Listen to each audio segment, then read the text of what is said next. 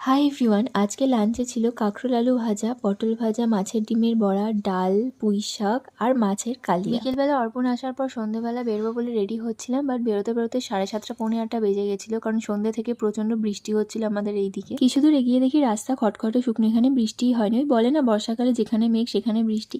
যাই হোক, আমরা এসেছিলাম কয়েকটা ঘরে টুকিটাকি জিনিস কেনার জন্য। এসে আমি প্রথমে আমার পছন্দের কিছু খাবার দাবারের জিনিস দেখছিলাম, তারপর ঘরের প্রয়োজনীয় কিছু জিনিস নেওয়ার ছিল সেগুলো দেখলাম। লোকজন কম ছিল ভাগ্যিস, নইলে কেউ দেখতে পেলে আমাদের ঘাট ধরে বার করে দিত, আর কোনোদিন ঢুকতেই বোধহয় দিত না। খাবার দাবারের জিনিসপত্র নিয়ে এবার চলে এসেছি জামা কাপড়ের সেকশনে। অর্পণ একটা টি শার্ট নিল, দিন চলে গেলাম ওমেন্স কালেকশন দেখতে। কুর্তিগুলো বেশ দারুণ ছিল, এটা তো দারুণ পছন্দ হয়েছিল, বাট নিলাম না, কারণ সামনেই পুজো আসছে, আরো ভালো ভালো কালেকশন আসবে। দুজনেই নর্মাল টি শার্ট নিয়েছি একটা করে, আর ঘরে পরা জামা কাপড় নিয়ে চলে গেলাম বিলিং কাউন্টারে। ওখান থেকে বেরিয়ে একটা করে চিকেন প্যাটিস খেলাম, বাট একটা জিনিসে কি আর আমাদের মন ভরে, আবার চোখ পড়লো ডিমের চপের ওপরে, তো আবার একটা করে ডিমের চপ খেয়ে এগ রোল নিয়ে চলে আসলাম বাড়িতে। বাই।